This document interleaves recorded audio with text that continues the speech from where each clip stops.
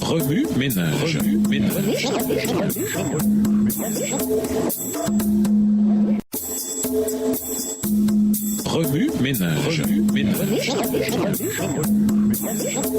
Bienvenue dans votre émission Remue ménage. Nous voilà la leçon de mardi. Investiguer. Lisons Ecclésiaste 12, les versets 1 à 14, Genèse 7, les versets 1 à 24 et Daniel 1, les versets 3 à 20. Ecclésiaste 12, des versets 1 à 14. Jeune homme, réjouis-toi dans ta jeunesse. Livre ton cœur à la joie pendant les jours de ta jeunesse. Marche dans les voies de ton cœur et selon les regards de tes yeux. Mais sache que pour tout cela, Dieu t'appellera en jugement. Bannis de ton cœur le chagrin et éloigne le mal de ton corps, car la jeunesse et l'aurore sont vanité. Mais souviens-toi de ton Créateur pendant les jours de ta jeunesse, avant que les jours mauvais arrivent, que les années s'approchent où tu diras « je n'y prends point plaisir ». Avant que s'obscurcissent le soleil et la lumière, la lune et les étoiles, et que les nuages reviennent après la pluie, temps où les gardiens de la maison tremblent, où les hommes forts se courbent, où celles qui moulent s'arrêtent parce qu'elles sont diminuées, où ceux qui regardent par les fenêtres sont obscurcis. Verset 6. Où les deux battants de la porte se ferment sur la rue quand s'abaisse le bruit de la meule, où l'on se lève au chant de l'oiseau, où s'affaiblissent toutes les filles du champ, où l'on redoute ce qui est élevé, où l'on a des terreurs en chemin, où la mandier fleurit, où la sauterelle devient pesante, et où la cape n'a plus d'effet, car l'homme s'en va vers sa demeure éternelle, et les pleureurs parcourent les rues. Avant que le cordon d'argent se détache, que le vase d'or se brise, que le seau se rompe sur la source, et que la roue se casse sur la citerne. Avant que la poussière retourne à la terre, comme elle y était, et que l'esprit retourne à Dieu qui l'a donné. Vanité des vanités, dit l'Ecclésiaste, tout est vanité. Verset 11. Outre que l'Ecclésiaste fut un sage, il a encore enseigné la science au peuple, et il a examiné, sondé, mis en ordre un grand nombre de sentences. L'Ecclésiaste s'est efforcé de trouver des paroles agréables, et ce qui a été écrit avec droiture, ce sont des paroles de vérité. Les paroles des sages sont comme des aiguillons, et rassemblées en un recueil, elles sont comme des clous plantés, donnés par un seul maître. Du reste, mon fils,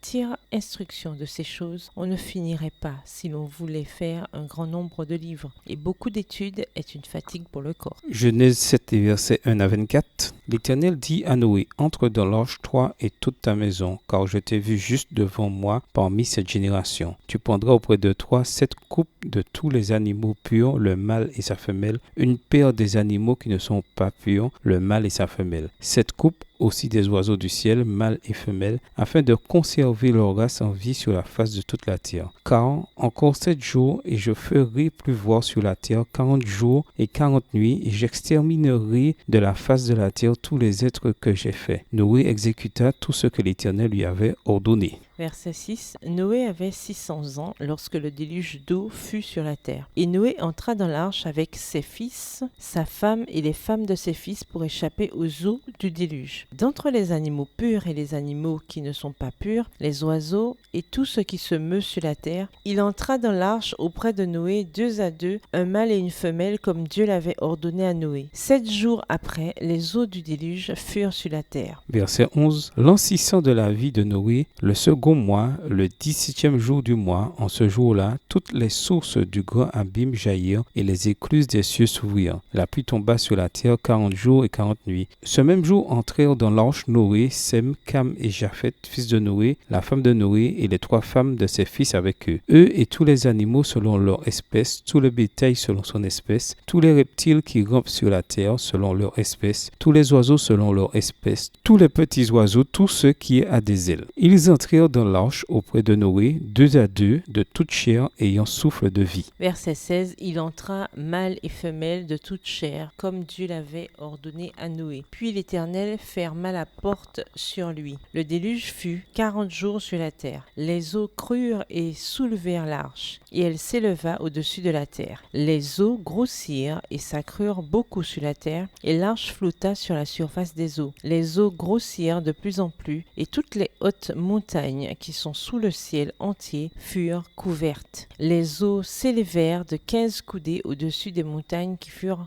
couverte. Verset 21. Tout ce qui se mouvait sur la terre périt, tant les oiseaux que le bétail et les animaux, tout ce qui rampait sur la terre et tous les hommes. Tout ce qui avait respiration, souffle de vie dans ses narines et qui était sur la terre sèche mourut. Tous les êtres qui étaient sur la face de la terre furent exterminés, depuis l'homme jusqu'au bétail, aux reptiles et aux oiseaux du ciel. Ils furent exterminés de la terre. Il ne resta que Noé et ceux qui étaient avec lui dans l'arche. Les eaux furent grosses sur la terre pendant 150 jours. Daniel 1, les versets 3 à 20. Le roi donna l'ordre à Ashpenaz, chef de ses eunuques, d'amener quelques-uns des enfants d'Israël de race royale ou de famille noble. De jeunes garçons, sans défaut corporel, beaux de figure, doués de sagesse, d'intelligence et d'instruction, capables de servir dans le palais du roi et à qui l'on enseignerait les lettres et la langue des Chaldéens. Le roi leur assigna pour chaque jour une portion des mets de sa table et du vin dont ils buvaient, voulant les élever pendant 3 années, au bout desquelles ils seraient au service du roi. Il y avait parmi eux, d'entre les enfants de Juda, Daniel, Anania, Michaël et Azaria. Le chef des eunuques leur donna des noms: à Daniel, celui de Beltshazar, à Anania, celui de Shadrach, à Michaël, celui de Meshach, et à Azaria, celui d'Abednego. Daniel résolut de ne pas se souiller par les mets du roi et par le vin dont le roi buvait, et il pria le chef